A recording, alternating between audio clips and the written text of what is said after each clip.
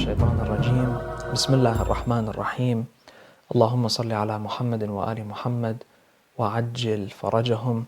My dear brothers and sisters, Assalamu alaikum wa rahmatullahi wa barakatuh. True change always starts within. And this blessed month, Shahr Ramadan al-Mubarak, is a very suitable opportunity to start this long journey of self-discovery.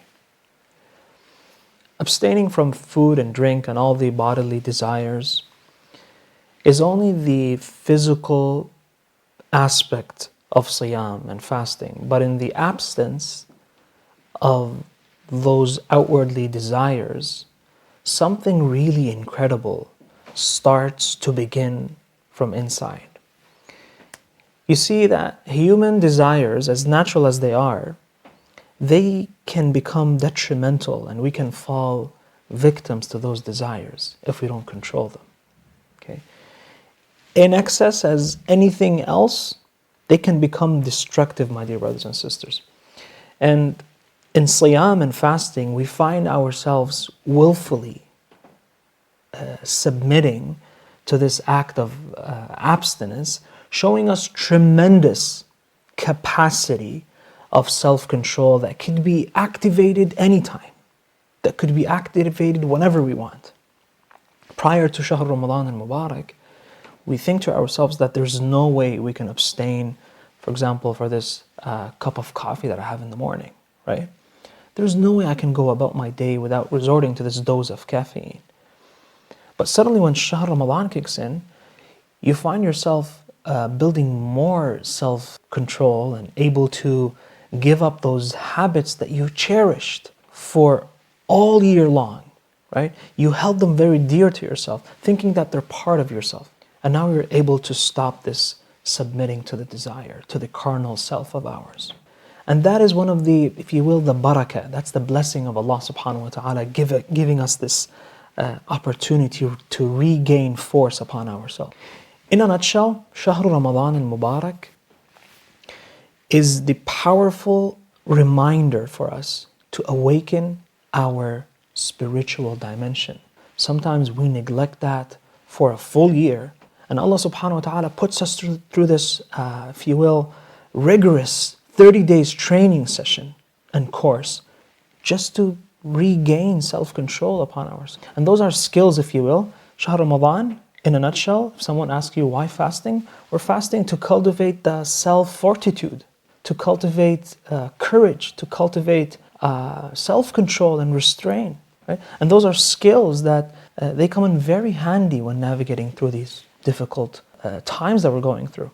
In fact, those are skills needed to be, insha'Allah ta'ala, from the supporters of Imam al-Mahdi, ajjalallahu ta'ala farajahu. Right? Without those skills, there's no way we can stop what myself is asking me to do all the time. We forget.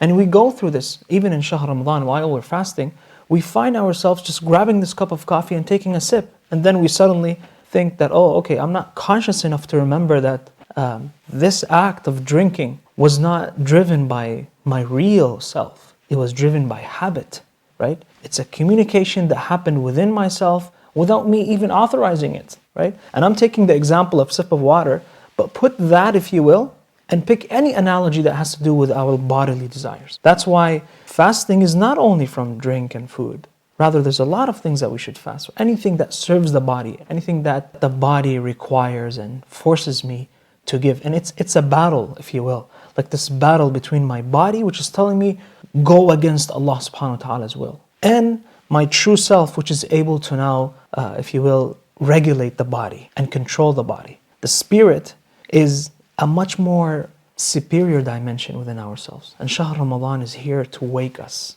Okay? No one is saying that this act of fasting is easy. Okay? Is it difficult? Also no, it's challenging. Right? Allah subhanahu wa ta'ala will give you and facilitate the means. When He delegates something to you, He gives you the means. لا يكلف الله نفسا إلا وسعها. Allah subhanahu wa ta'ala will never test you beyond your abilities. And if you look at that very deep, you will understand that Allah subhanahu wa ta'ala, throughout my life, all those setbacks that I have, those are not because I didn't have the capacity. Rather, I wasn't able to continue through it, right? I am the one who gave up. It's not Allah subhanahu wa ta'ala not giving me the tools and the means to do so. Allah subhanahu wa ta'ala in the Quran tells us that I had to prescribe this on you the same way I have written it and asked people before you to do it, right? So as if Allah subhanahu wa ta'ala is telling you that people before you did it, He's encouraging us.